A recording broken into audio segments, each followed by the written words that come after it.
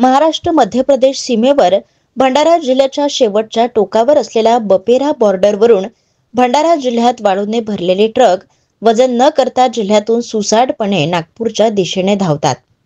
क्षमतेपेक्षा जास्त वजन असल्याने जिल्ह्यातील रस्ते अक्षरशः फुटतात। पण ओव्हरलोड ट्रकवर आरटीओ विभाग कारवाई करताना दिसत नाही। तर दुसरीकडे जिल्ह्यात रात्रीच्या सुमारास अवैध वाळूघाट चालवतात। तर या वाळू माफियांना महसूल प्रशासन व पोलीस प्रशासनाचे अभय असल्याचे दिसून येते। भंडारा येथून विशेष टीम जाऊन तुमसर येथील वाळूघाटांवर कारवाई करत 12 टिप्पर जप्त केले।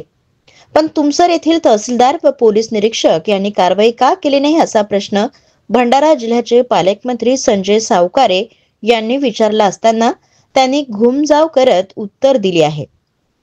पण रस्त्यावर ओव्हरलोड ट्रक धावतात तर तुमसर शहरात अनेक अपघात देखील झाले।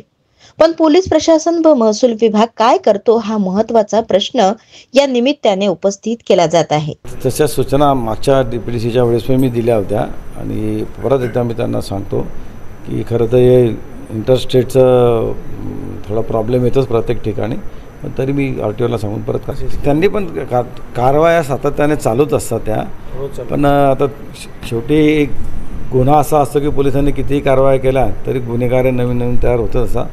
त्याच्यामुळे या कारवाया चालूच राहतील आणि जसं जसं हे घडत जाईल तसं तशा कारवाया करतच राहतील।